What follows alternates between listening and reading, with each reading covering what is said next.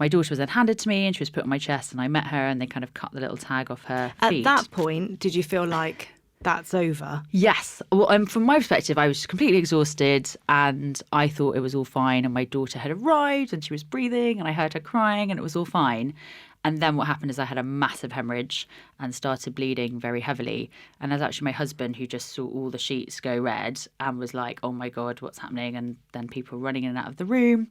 And then basically I'd had a postpartum hemorrhage and my daughter got taken away immediately and I got rushed onto a trolley bed and then I got rushed into emergency surgery. And after everything I've just described with my phobias and everything, that was basically the worst thing for me that But there's I was also, expecting. surely there's a thing of fearing something that isn't happening and having that fear and living through it. Yeah. You know, we can always be apprehensive of something happening and that manifests itself. But actually, when you're in that situation where there is all that blood, needles are like that, you must have been absolutely terrified. I mean, the honest answer is I really was. I mean, I basically thought I was going to die. That's what I thought. And I lost a lot of blood.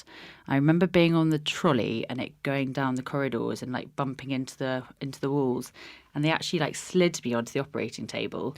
And I basically thought, this is it. I mean, I felt this is what it must be like in a war zone, you know, when you're in a kind of operating environments where, you know, people might live and might die. And because of my phobia, they basically said to me, you're going to have to stay awake in surgery. And I'd actually put on my birth plan that I wanted to have a general anaesthetic in the event of an emergency C-section. And then my worst fear was being awake in surgery.